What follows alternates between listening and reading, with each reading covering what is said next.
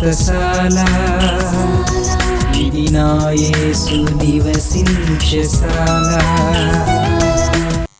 ఇర్మియా గ్రంథం 51వ అధ్యాయం 10వ వచనం. యెహోవా మన న్యాయమును రుజువుపరచుచున్నాడు, రండి సియోనులో మన దేవుడైన యెహోవా చేసిన పని మనము వివరించుదము. దేవుడు బెతెస్దాలో అడుగుపెట్టిన ప్రతి వారి జీవితాల్లో ఎందుకు అద్భుతాలు ఆశ్చర్య కార్యాలు జరిగిస్తూ ఉన్నాడు అనంటే బెతెస్దాలో దేవుడు ఉన్నాడు.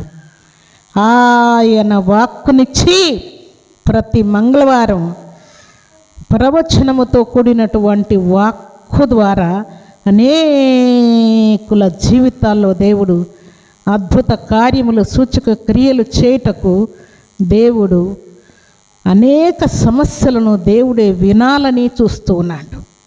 నా ప్రజల బాధలు వినేవారు కావాలి అని దేవుడు ఆజ్ఞాపిస్తున్నాడు. అందుకే నేను మిమ్మల్ని ఏర్పాటు చేసుకున్నాను. నా ప్రజలకు బోధించేవారు చాలామంది ఉన్నారు, కానీ నా ప్రజల బాధలు వినేవారు కావాలని నేను కోరుకొని మిమ్మల్ని ఎన్నుకున్నానని దేవుడు మాట్లాడాడు. ప్రజల బాధలు వినే సేవకులు కావాలని దేవుడు కోరుకుంటున్నాడు. అందుకే మిమ్మల్ని నా సన్నిధిలో నిలువబెట్టానని దేవుడు ఆజ్ఞాపిస్తున్నాడు. దేవుని సన్నిధిలో మీరు మంగళవారం వచ్చామంటే వచ్చాం, వెళ్ళామంటే వెళ్ళాము అంటే మీ పరిస్థితులు అలాగే ఉంటాయి. దేవుని యొక్క పరిశుద్ధ ఆత్మశక్తి మిమ్మల్ని ఆవరించాలని దేవుడు వెయిట్ చేస్తూ ఉన్నాడు. పరిశుద్ధాత్మ మనల్ని ఆవరించడానికి, పరిశుద్ధాత్మ దేవుడు మనతో మాట్లాడడానికి, ఆయన స్వరాన్ని మనకు వినిపించడానికి మనలో అలజడి ఉండకూడదని మీకు ఎన్నోసార్లు చెప్పాను. దేవుడు ఏలియాతో మాట్లాడడానికి దేవుడు కొన్ని కార్యాలు చేశాడు. భూకంపం వచ్చింది, దేవుడు మాట్లాడతాడేమో అనుకున్నాడు. సుడిగాలి వచ్చింది, దేవుడు మాట్లాడతాడేమో అనుకున్నా అంట. ఏలియా భక్తుడు మాట్లాడలేదు. మెరుపులు వచ్చాయి, ఇప్పుడు నిశ్చయముగా దేవుడు మాట్లాడతాడు అనుకున్నా అంట.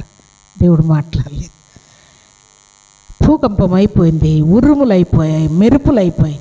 అంత శబ్దాలన్నీ ఆగిపోయిన తర్వాత నిమ్మలమైనటువంటి మిక్కిలి నిమ్మలముగా ఉన్నటువంటి టైంలో దేవుని నెమ్మదైనటువంటి స్వరాన్ని దేవుడు భక్తుడైన ఏలియాకు వినిపించాడు.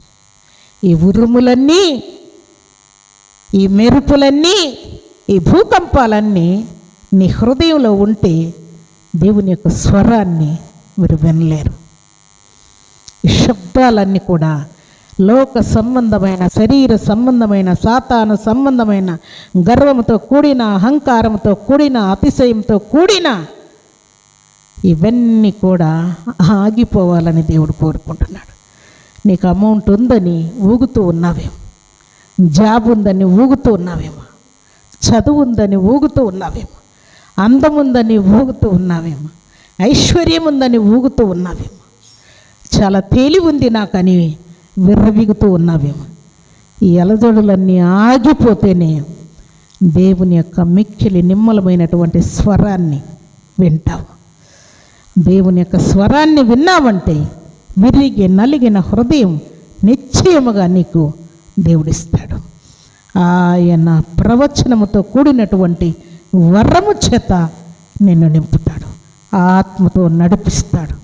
నీ నోరు తెరిస్తే, నీ నోటి మాట బయలుదేరిన తక్షణమే అగ్ని వంటి, వెలుగు వంటి, సుత్తె వంటి, ఖడ్గం వంటి వాక్కును దేవుడు అనుగ్రహిస్తాడు. ఆ వాక్కు మీలో ఉన్నటువంటి పాపశాప సంబంధమైన క్రియలన్నిటినీ కాల్చివేస్తాడంతే.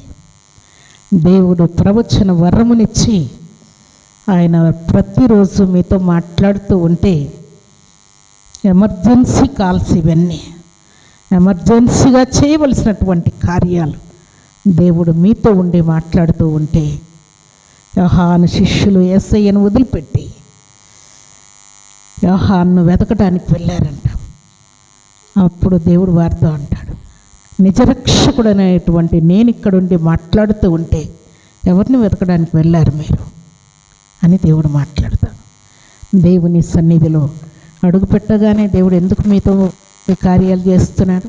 సన్నిధికి వస్తానయ్యా అనగానే, ఫోన్లో ప్రార్థన చేయించుకోగానే, వారాలు తిరుగుతానయ్యా అనగానే, నూనె తాకిన తక్షణమే అర్పణిస్తానయ్యా అనగానే, దేవుడు ఏ చర్చిలో కూడా చేయనటువంటి, ఏ సేవకుని ద్వారా కూడా చేయనటువంటి కార్యాలు ఎందుకు దేవుడు చేస్తున్నాడు? అలర్ట్ కావాలి. మీరు అలర్ట్ కావాలని దేవుడు ఆశపడుతున్నాడు. మీరు కేర్లెస్గా ఉంటే గొప్ప కృపను మీరు కోల్పోతారు. ఈరోజు దేవుడు నాతో ఏం మాట్లాడతాడు? ఈరోజు ఏం నేర్పించాలని కోరుకుంటున్నాడు? నాలో నుండి వెళ్ళవలసినవేంటి, నాలోనికి చేర్చవలసినవేంటో ఈరోజు నేను నేర్చుకోవాలి. దేవుడు తొలగించుకోమన్నవి తొలగించుకోవాలి, చేర్చుకోమన్న వాటిని చేర్చుకోవాలి. దేవుని కొరకు ఒక ఉన్నతమైనటువంటి ఉద్దేశం నేను కలిగి ఉండాలి. ఇంకెంతకాలం లోకం వెంట, తిండి వెంట, నిద్ర వెంట, సోమర్తనం వెంట ఇంకెంతకాలం అని నీవు పరీక్ష చేసుకుంటే దేవుడు ఉన్నతమైనటువంటి స్థానములో మిమ్మల్ని ఉంచాలని దేవుడు కోరుకుంటూ ఉన్నాడు. అందుకే దేవుడు మిమ్మల్ని దర్శించబోతున్నాడు. అనేకులను మీలో దేవుడు ప్రవక్తలుగా లేపబోతూ ఉన్నాడు. ప్రవచన వరముని ఇవ్వబోతూ ఉన్నాడు. పరిశుద్ధాత్మ శక్తిని మీకు అనుగ్రహించబోతూ ఉన్నాడు. అలాగే దేవుడు మనకిచ్చినటువంటి దర్శన భాగ్యమును కలిగి వెనకంజ వేయకుండా దేవుని కొరకు బలమైన సాక్షులముగా జీవించాలని దేవుడు కోరుకుంటూ ఉన్నాడు. అలాంటి కృపా భాగ్యం సర్వశక్తిమంతుడు అయినటువంటి దేవాతి దేవుడు సర్వసమృద్ధిగా మనందరికీ అనుగ్రహించి ఆశీర్వదించునుగాక. ఆమేన్.